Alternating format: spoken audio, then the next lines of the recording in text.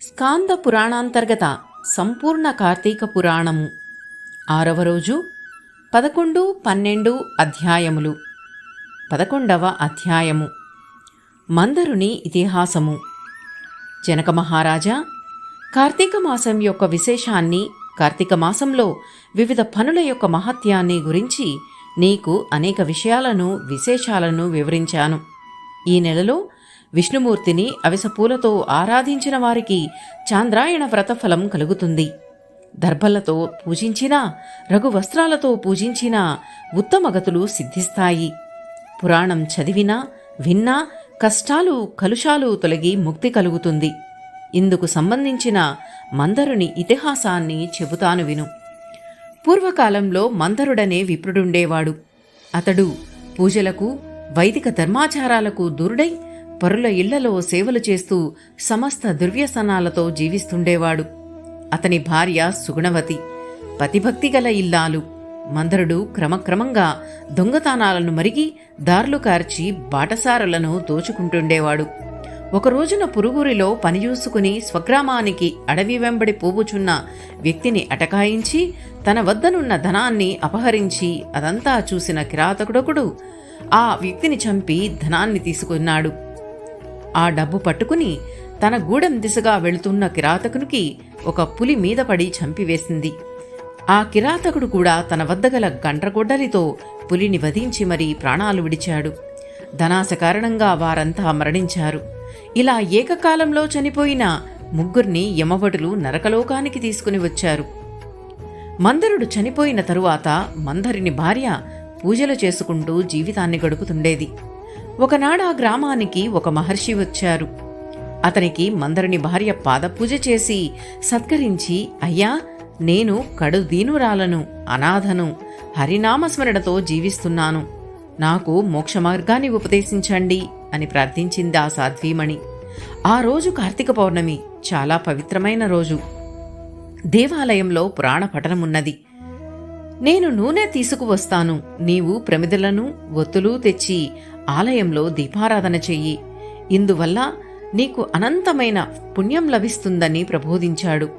అందుకామె ఎంతగానో ఆనందించి ఆలయానికి వెళ్ళి అలికి ముగ్గు పెట్టి ప్రమిదలను తెచ్చి తాను తెచ్చిన ఒత్తులను అందులో వేసి ఋషి తెచ్చిన నూనెను అందులో వేసి దీపారాధన చేసి ఋషికి ఇచ్చింది. అటుపై ఇంటింటికి వెళ్లి పురాణ పఠనం జరుగుతున్నదని రావలసిందని పిలిచింది.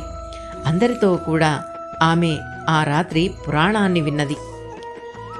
మరికొంతకాలానికి ఆమె ఆయువు తీరి మరణించింది.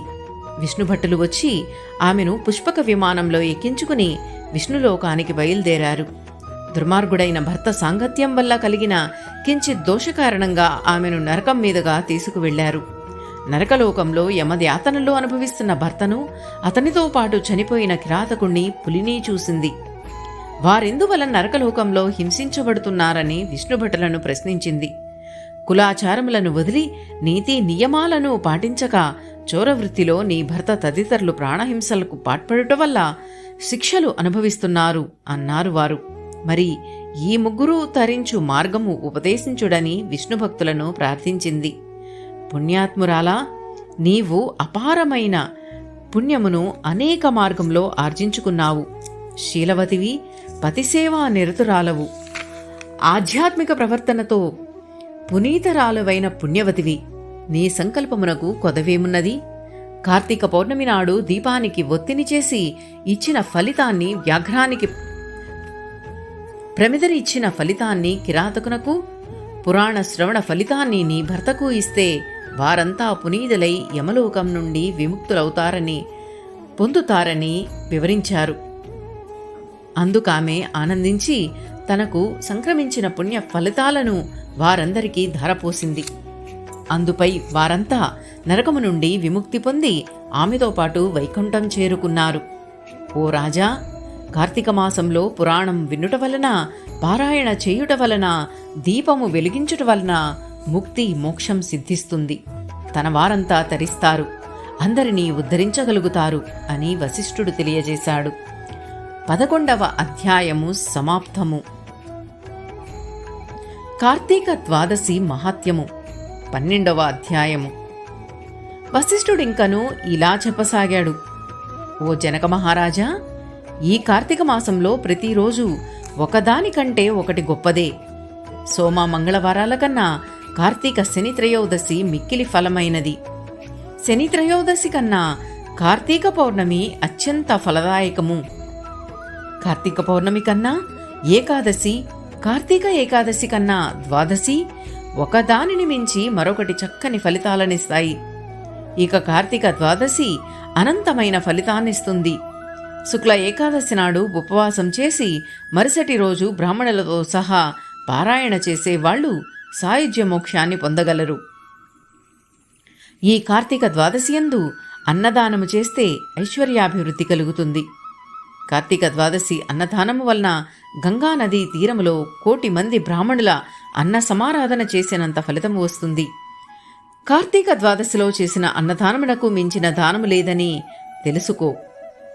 విష్ణు ప్రీతికరమైన ఈ కార్తీక ద్వాదశి అత్యంత పుణ్యదాయకమని తెలుసుకో.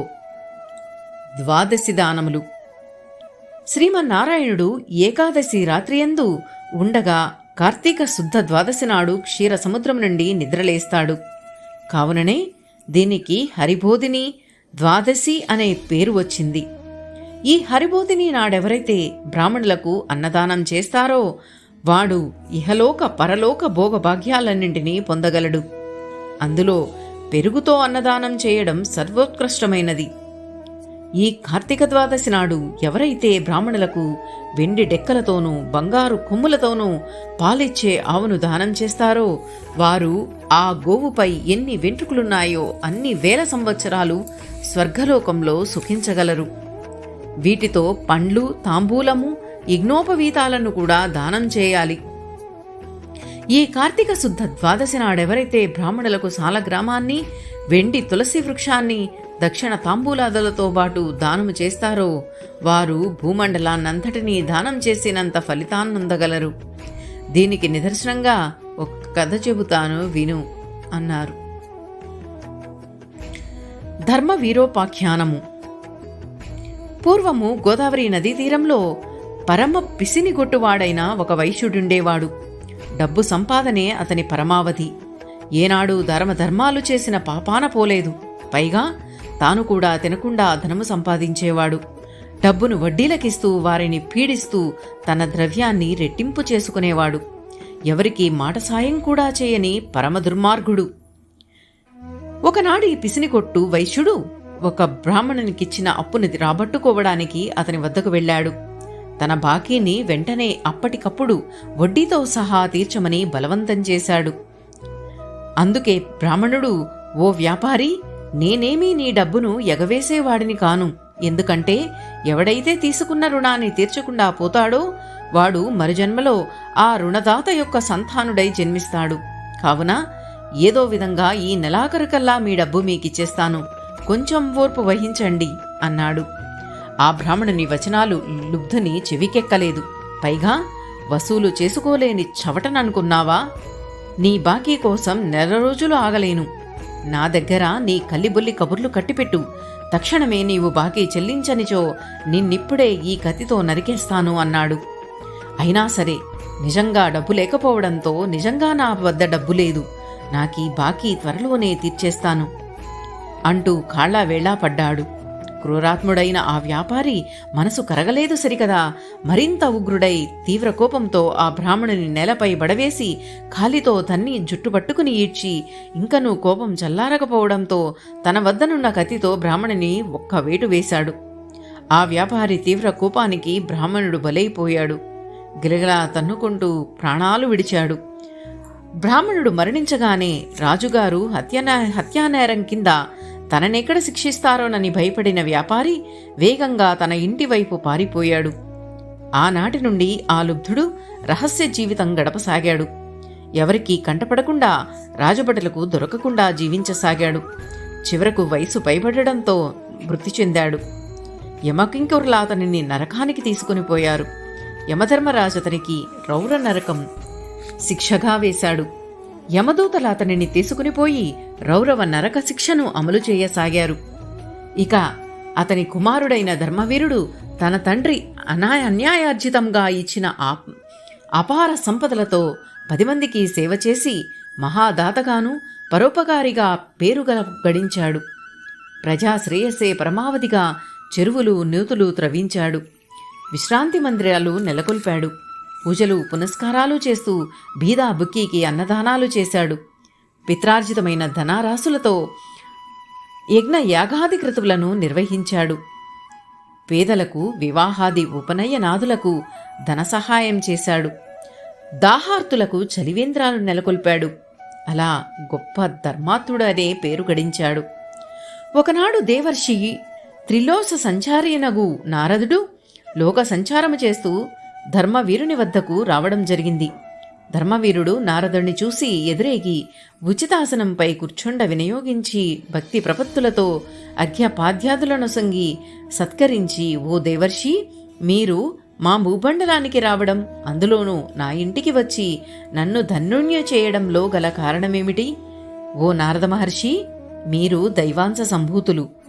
మీ దాసుడినైన నన్నేమి చేయమంటారు? మీరేమి చేయమంటే అది చేస్తాను. మీ దాసుడనైన నన్ను అనుగ్రహించి నేనింకేమి చేయాలో సెలవీయండి అని వినయంతో వేడుకున్నాడు. అతిథి సత్కారాలకు ఆనందించిన నారదుడు, ధర్మవీరా, నువ్వు ప్రజలకు చేస్తున్న మంచి పనులను చూసి ఆనందించాను. నీ ప్రజాసేవ కొనయాడదగినదే, కాదనను. కాని సూర్యుడు తులారాశిలో ఉండగా కార్తీక ద్వాదశి నాడు ప్రాతఃస్నానం ఆచరించి విధి విధాలుగా సాలగ్రామము దానము చేయి. ఇది నీ శ్రేయస్సుకై చెబుతున్నాను. కార్తీక ద్వాదశి శ్రీ మహావిష్ణువుకు అత్యంత ప్రీతికరమైన రోజు. ఆ రోజున మానవులెవరైనా సరే, వారు బ్రాహ్మణ, క్షత్రియ, వైశ్య, శూద్రులైన, స్త్రీ పురుషులైనా సరే సాలగ్రామము దానము చేసినచో వారి వారి జన్మాంతర కృతపాపాలు నశించిపోతాయి. నాయనా ధర్మవీరా, నీకు మరొక ముఖ్య విషయం చెబుతాను విను. నీ తండ్రి నరకంలో పడరాని బాట్లు పడుతూ నరకయాతనను అనుభవిస్తున్నాడు. నీ తండ్రి ఆ నరకయాత నుండి విముక్తి పొందాలంటే నీవు సాలగ్రామ దానము చేసి తీరాలి అన్నాడు. ధర్మవీరుడు మందహాసం చేస్తూ, స్వామీ, నా తండ్రి పేరు మీదుగా గోదానము, భూదానము, తిలదానము, సువర్ణాది దానాలన్నింటినో చేశాను. ఆ దానాలన్నింటి వల్ల విముక్తి పొందని నా తండ్రి ఈ సాలగ్రామ రాయిని దానం చేసినందువల్ల విముక్తి నొందుతాడా? తినడానికి కాని అలంకరించడానికి కానీ పనికిరాని ఈ రాయిని దానం చేసినందువల్ల ఏం ఫలితం వస్తుంది? ఏమీ రాదు. కావున నేను దానం చెయ్యను అని ఖచ్చితంగా చెప్పాడు. నారదుడు ఎన్నో విధాలా చెప్పి చూశాడు, వినలేదు. అయితే నీ కర్మ అంటూ నారదుడు నిష్క్రమించాడు. ధర్మవీరుడు నారదుని మాటలు ఖాతరు చేయలేదు. మూర్ఖంగా ప్రవర్తిస్తూ సాలగ్రామ దానాన్ని విస్మరించాడు. పెద్దలను, వారి హితములను లక్ష్యపెట్టలేదు. పెద్దల పట్ల ఏ విధమైన గౌరవాభిమానాలను చూపక మొండిగా ప్రవర్తించాడు. తత్ఫలితంగా నరకప్రాప్తి పొందాడు. అటు పిమ్మట ముమ్మారు పులిగాను, ముమ్మారు కోతిగాను, 5 మార్లు ఆబోతుగాను, 10 మార్లు స్త్రీగాను జన్మించి వైధవ్య పీడను కూడా అనుభవించాడు. తరువాత 11వ జన్మగా ఒక భిక్షుకునికి పుత్రికగా జన్మించాడు. క్రితజన్మలలో చేసిన పాప ఫలితంగా పెండ్లి కుమారుడు మరణించడంతో వైధవ్య ప్రాప్తి కలిగింది. ఒక్కగానొక్క కూతురు వైధవ్యం చెందడంతో ఆ ఆచక బ్రహ్మచారుడు చాలా విచారించాడు. ఎందుకిలా జరిగిందని జ్ఞానదృష్టితో తన కూతురి గత జన్మ గురించి తెలుసుకున్నాడు. పాపకర్మ ఫలితంగా వైధవ్యం కలిగిందని తెలుసుకుని ఆమె గత జన్మ పాపములన్నింటినీ వివరించి చెప్పి, అమ్మాయి, నీకీ స్థితి రావడానికి ముఖ్య కారణం నీ గత జన్మ పాపఫలమే. కావున నీవు కార్తీక సోమవారం నాడు శీఘ్రమే సాలగ్రామ దానం చేయవలసి ఉంటుంది అని చెప్పి ఆమెచే వేదోక్త ప్రకారంగా కార్తీక సోమవారం నాడు జన్మ జన్మార్చిత పాపనాశనమైన సాలగ్రామ దానాన్ని చేయించాడు. తన కూతురిచే బ్రాహ్మణులకు దానధర్మం చేయించాడు. తత్ఫలితంగా మరణించిన పెండ్లి కొడుకు కాస్త పునరుజ్జీవితుడయ్యాడు. నాటి నుండి ఆ దంపతులు సత్ప్రవర్తనతో ఉండి మంచి పనులు చేస్తూ దాన ధర్మాలను ఆచరిస్తూ సుఖంగా జీవించారు. అంత్యమున స్వర్గలోక ప్రాప్తి నొందారు. అటు పిమ్మట ధర్మవీరుడు తన 23వ జన్మగా ఒక బ్రాహ్మణునికి పుత్రుడిగా జన్మించాడు. గత జన్మలో చేసిన సాలగ్రామ దాన పుణ్యఫలితంగా జ్ఞాని అయి వర్ధిల్లాడు. ప్రతి సంవత్సరము కార్తీక సోమవారం నాడు సాలగ్రామ దానాలను చేస్తూ తత్పుణ్య ఫలితంగా మోక్షాన్ని పొందాడు. కొడుకు చేసిన సాలగ్రామ దానాల ఫలితంగా నరకంలో రౌరవాది నరకాన్ని అనుభవిస్తున్న అతని తండ్రి కూడా విముక్తుడయ్యాడు. కావున జనక మహారాజా, సాలగ్రామ దానము వలన జీవుడు జన్మ జన్మాల పాపముల నుండి విముక్తుడై మోక్షప్రాప్తి నొందుతాడు. దీనివలన విష్ణువు కూడా సంతృప్తుడై విశేష గుణాన్ని ప్రసాదిస్తాడు. ఇదే సత్యము, నిత్యము. కార్తీక మాసంలో సోమవారం నాడు సాలగ్రామ దానం చేయడం అత్యంత మహోన్నతమైన పాప ప్రాయశ్చిత్తము.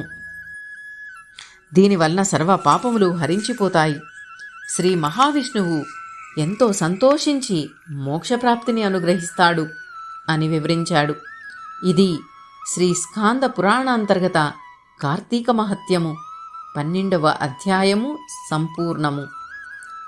12వ అధ్యాయము సమాప్తము. ఓం నమః శివాయ.